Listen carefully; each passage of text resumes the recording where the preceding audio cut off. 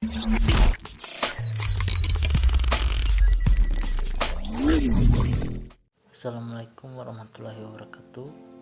Kami dari kelompok 3 akan mempresentasikan hasil pekerjaan kami, yaitu tentang sumber hukum pidana.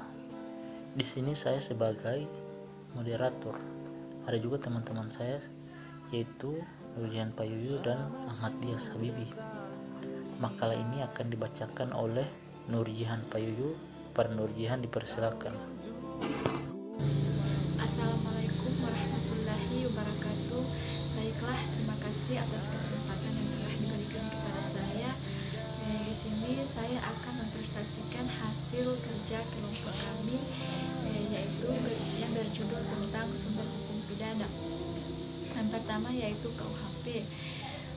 KUHP sebagai sumber utama hukum pidana Indonesia terdiri atas dua, yaitu yang pertama 3 buku KUHP, yaitu buku 1 bagian umum, buku 2 tentang kejahatan, buku 3 tentang pelanggaran. Yang kedua yaitu Memori Fund Listing atau penjelasan terhadap KUHP. Penjelasan ini tidak seperti penjelasan dalam perundang-undangan Indonesia. Penjelasan ini disampaikan bersama rancangan KUHP pada Undi Kamer Parlemen Belanda pada tahun 1881 dan diundangkan tahun 1886. KUHP sendiri pun telah mengalami banyak perubahan maupun pengurangan. Dengan demikian, undang-undang yang mengubah KUHP juga merupakan sumber hukum pidana. Yang kedua yaitu undang-undang di luar KUHP. Undang-undang di luar KUHP yang berupa tindak pidana khusus seperti Undang-Undang Pemberantasan Tindak Pidana Korupsi, Undang-Undang Pemberantasan Tindak Pidana Pencucian Uang, Undang-Undang Narkotika, Undang-Undang Kekerasan dalam Rumah Tangga atau KDRT. Yang ketiga yaitu pidana adat. Di daerah-daerah perbuatan-perbuatan tertentu yang dilarang dan tercela menurut pandangan masyarakat yang tidak diatur dalam KUHP.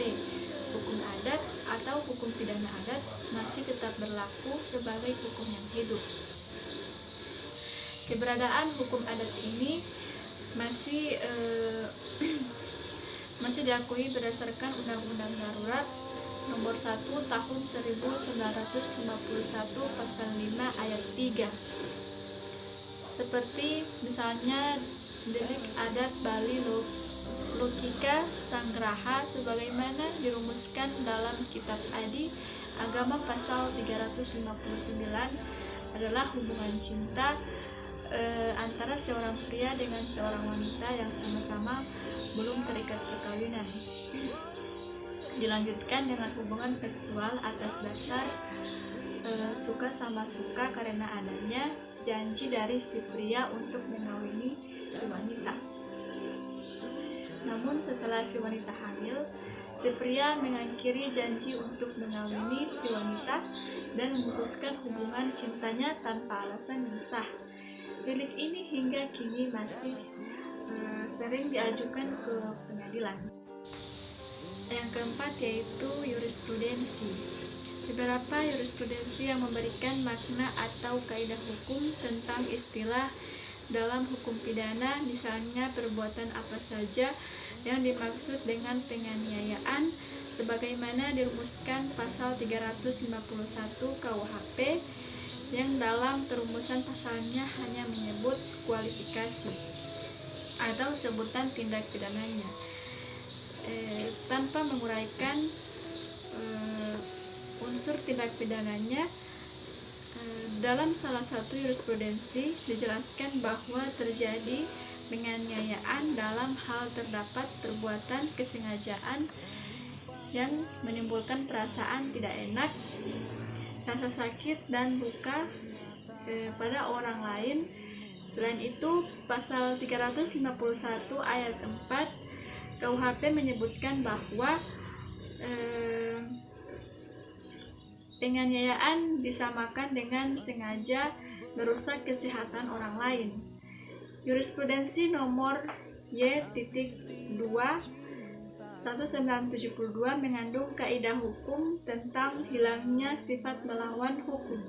Perbuatan yakni bahwa suatu tindakan pada umumnya dapat hilang sifatnya sebagai melawan hukum, bukan hanya berdasarkan asas-asas keadilan atau asas-asas hukum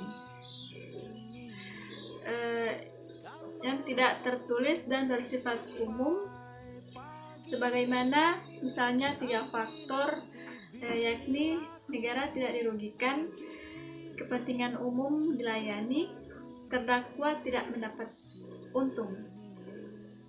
Baiklah, itulah presentasi dari kelompok kami, dan selanjutnya saya kembalikan kepada moderator. Baiklah, itulah hasil dari presentasi dari kelompok kami. Jika ada salah kata, mohon dimaafkan. Wabillahi taufik wal hidayah. Wassalamualaikum warahmatullahi wabarakatuh.